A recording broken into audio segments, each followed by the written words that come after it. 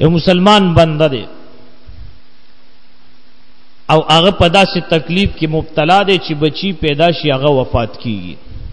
پاینا او یا د دین علاوه بل داسې مصیبت کې مبتلا دی چې هغه د پاره څه حل نشته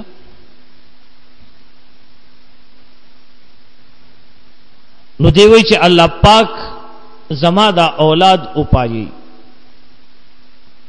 او دویم دا چې زما څومره مشکلات وی چې الله رب ذوالجلال جل جلاله هغه ټول ختم کی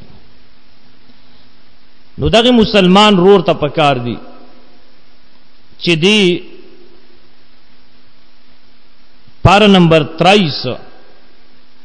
آیت نمبر 3 سورۃ الصافات ونجیناه واهله من الكرب العظیم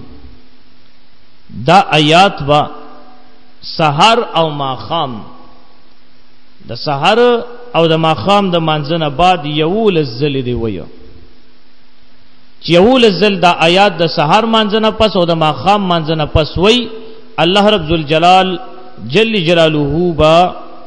د چې کم اولاد نه پای الله پاک ورته اولاد کی برکت واچي اولاد به پاتې شي او قبل تکلیف وغیرہ کی گیر شوی نو الله پاک بددی په برکت هغه تکلیفم ختم کی